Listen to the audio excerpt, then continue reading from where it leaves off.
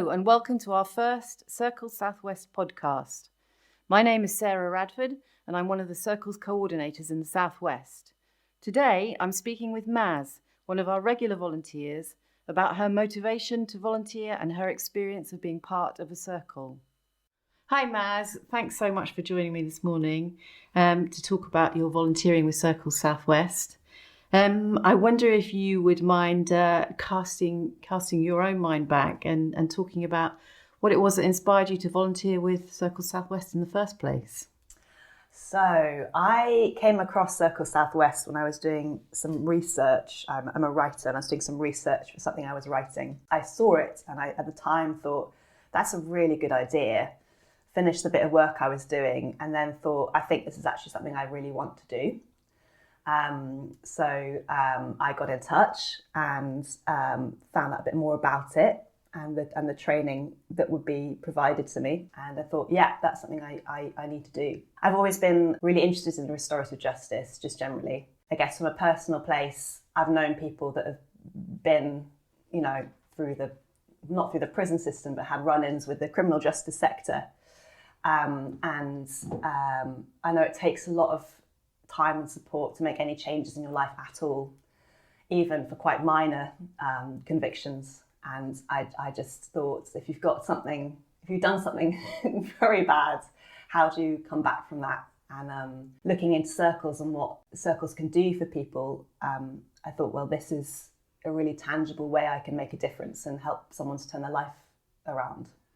I guess it's a big leap, though, from somebody who doesn't work in the criminal justice sector at all and may have had some experience of other people around them getting into difficulties, I'm assuming on a fairly minor criminal level, to actually then thinking about working to support and rehabilitate somebody who's committed a sexual offence. That feels like a big leap. Did it take a lot of time for you to think it through? Where did you gather information from, or how did that come about? Yeah, well, I think especially as a woman as well. I mean, obviously, women and men can be victims of sort of sexual violence. But yeah, it did take a bit of thinking about. I sort of thought, well, can I sort of sit in a room with someone that's done some quite awful things and be okay? I think for me, what it was, the sort of premise of no more victims really, really inspired me, because I have known people that have had on the other end of sexual abuse and stuff, and I just think, that's not my experience, but I do sort of think that we all need to do what we can to kind of support change. And support change in people. And the first place you begin change is with the individual that did the act in the first place.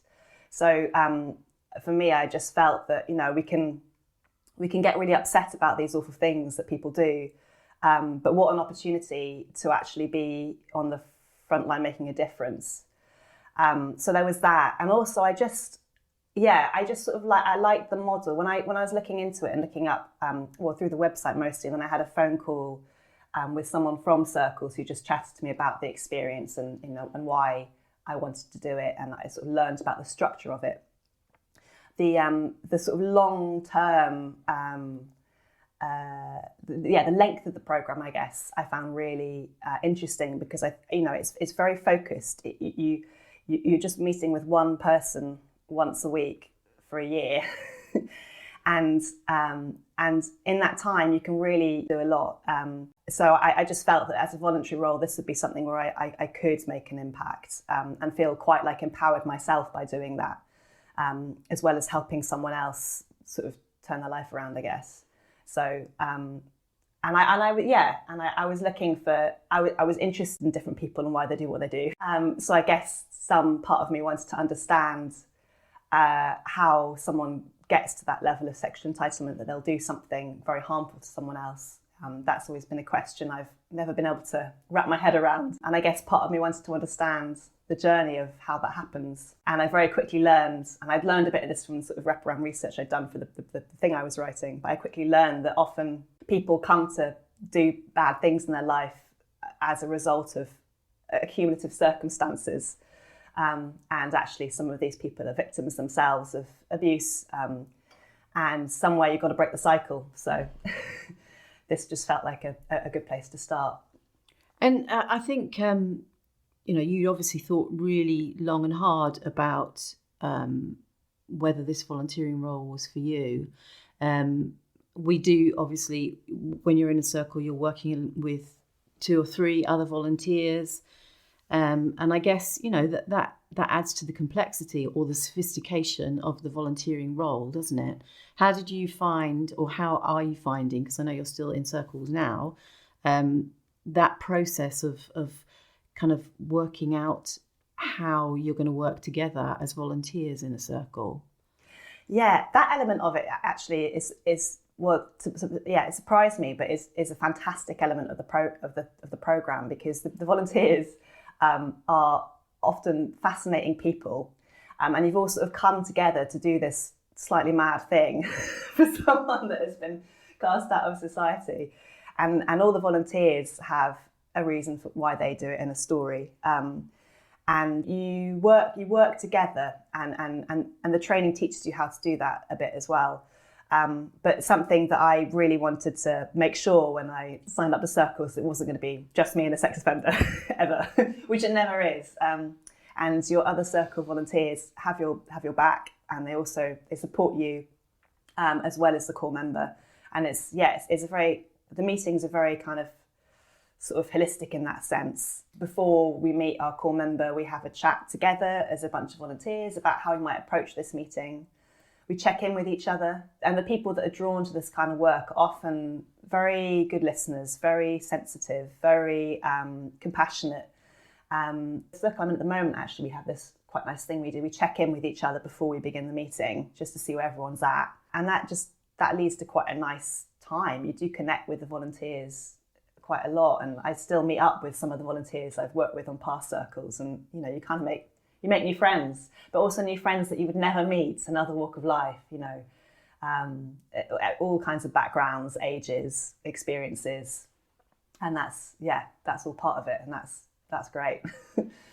And the kind of process, the professional process in terms of setting up the circle and supporting you as a volunteer throughout the lifetime of the circle and whilst you're volunteering, how have you found that? So there's lots of stages for entering the circle in the first place. Becoming a volunteer, it was quite a long time ago, but if my memory serves me, that I had a phone chat with a member of the circle's staff team, and then I had a really quite intense but really valuable 2 days of training.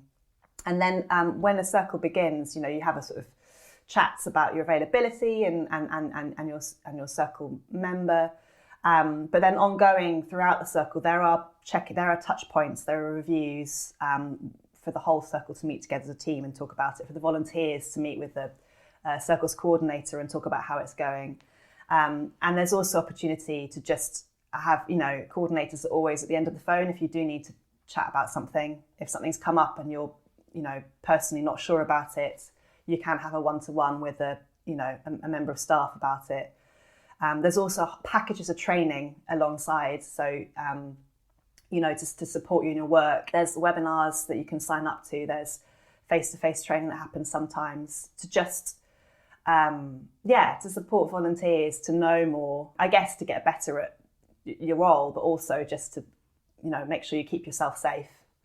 And I think too there are a lot of people who are interested in volunteering who might be motivated by their career paths.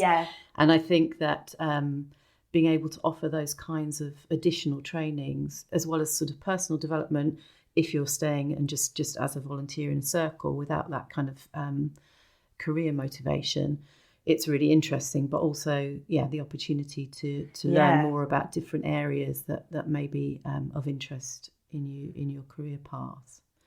Yeah, totally. In terms of just a quick kind of question about any specific challenges, are there things that you would say to other potential volunteers that you found challenging and how you were able to overcome them? Or maybe you didn't have that kind of challenge, I don't know. I think my first circle, I think just a personal challenge that I'm delighted I got over. But when you read someone's history before you meet them, which is vital to do. But I remember the first time I did that, I read someone's sort of case file and I thought, can I meet this person in real life? And then you do meet them, and they are extraordinarily normal, which is sort of both reassuring and terrifying at the same time. For me, that was a really interesting thing, just to sort of go through that process and it being okay, you know. In terms of I had one little moment of being a bit nervous because and a writer of fiction, everyone in the circle goes by just either a first name or a nickname. And that was important for me because I never wanted a circle member to find out what I did and to ever feel like I was going to use their life as some sort of material or something, because that's not why I do what I do at all. But there, you know, there's ways of managing all of that.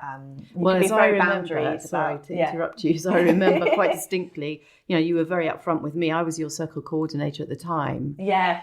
And we had several conversations about that, didn't we? And we just kind of worked it through to everybody's satisfaction. I mean, safety is obviously the priority. As professional staff, it's our duty to have that responsibility to make sure that our volunteers are safe and feel safe. But I think being able to have that conversation with your coordinator at any stage of a circle is really important, and certainly that's something that we would pride ourselves as staff on being able to offer volunteers. And it's clear that you overcame that. Yeah. Thankfully. I did, yeah. In terms of benefits of the volunteering role, can you describe those benefits for yourself, maybe? Yes. I learn a lot about people. I learn so much about being a human being in the world. I think I like, you know, you speak to someone about their life and how they came to where they are. And it really does make you understand something different about what it means to be human in the world. And people go through all sorts of traumatic events. And just, I think just spending a long time in prison is a very traumatic experience. And I just feel like I'm learning all the time. I'm learning all the time from the core members. I'm learning all the time from the volunteers. And that's an extraordinary opportunity, because I think for a lot of us, you know, we exist in our sort of bubbles in society, and we have our kind of communities that we've created either through work or through family and friends. And there are experiences that you'll never know about really or come across. And it's an extraordinary thing to be in a space, a safe space with a group of people, one at least of whom has had some, you know, quite a traumatic background, and really learn and really listen and really understand. And no amount of reading about this sort of stuff can really make you get that, I think. And the training's great for that, because you can kind of unpick someone's psychology from a very theoretical standpoint, but actually talking to a real human being and understanding them is an extraordinary privilege, really. Yeah, I mean, I guess certainly from my experience, there are times when the core member that you're working with is not understandable. Yeah. You know, you may not have the opportunity to develop the kind of rapport that you have in most of your circles. And a lot of that's down to your skills as a communicator, I think. And certainly to do with the fact that we will only work with those people who are prepared to change and motivated to change. So we're not going to work with someone who is saying, no, I'm not interested. I'm quite happy carrying on behaving the way I do, i.e. offending and creating victims. And I guess, obviously, the kind of underlying theme for all of this is that actually the purpose of the circle is to help that person move forward into a law-abiding life where there are no more victims of his or her sexual offending or sexual harm. And I guess that's got to be a significant motivating factor for the majority of our volunteers. Yeah, definitely. I'm just wondering if there are any thoughts or suggestions you might have for people who are thinking about undertaking this volunteering role. Given your experience, what would be your recommendations in terms of taking it forward? I think you just got to take the leap. I think I've done I've done some other volunteering for other charities, which I also really enjoy. But the thing that's different about this work is that it's really people focused, and it really does feel like you're making a tangible difference. And I have been quite fortunate. I've had quite successful circles, and it does depend on your core member as to how well they go sometimes. But when you start the journey, it's an extraordinary journey you're going on, and it is a significant commitment. The meetings are an hour every week for a year, but it's a really hands-on way to make a difference. If you care about trying to solve this societal problem we have, it's such a good way to do it. Another thing that drew me to it in the first place is that it's kind of quite evidence-based. Social isolation amounts often to reoffending, and this is a way that you can directly have an impact on that. So I think if you're thinking about it, just take the leap, because you will not regret it. I think it's a kind of it's a very rare opportunity to be able to work with someone in this way. If you're not a professional in this sector, it's a rare opportunity to be able to have such a big social impact on someone's life, and you'll learn an amazing amount. And the other people that do volunteering are great. You make new friends, and it's just an endlessly rewarding thing to do. I mean, I think I'm on my third circle now. And there's other things that pop up. At one point during the pandemic, we were doing it wasn't a circles program, but there was some phone support work that could be done. There are other opportunities that also come with being a circus volunteer that you don't kind of know about maybe when you sign up, but then kind of pop up. So there's a lot you can get your teeth stuck into, basically. But it's a very rewarding experience. Fantastic. And you should do it. Thank you. That's really helpful, Maz, and really appreciate your time and obviously your enthusiasm and ongoing support. Go on. Can I say one last thing? Yeah, of course. Especially do it if you're a man. Oh, please, fantastic. Especially do it, just because I think there are less male volunteers. I think I'm right in saying that. It's true to say that, it's like 1 in 4 of our volunteers are males. Yeah. And the majority of our core members, the people that we work with, are male. Yeah. So it's really important to get and that gender balance. The gender balance is so vital. And I think, all the circles, the core members I've had have been male. And I think just having positive male role models in that space is vital. So, you're so needed. Jump on board, please. Yeah. Great. Thanks so much, Maz. Really, really appreciate it. Cool. Thank you. Thanks for listening. Do visit our website, circlessouthwest.org.uk, to discover more about our work and learn how you can volunteer too.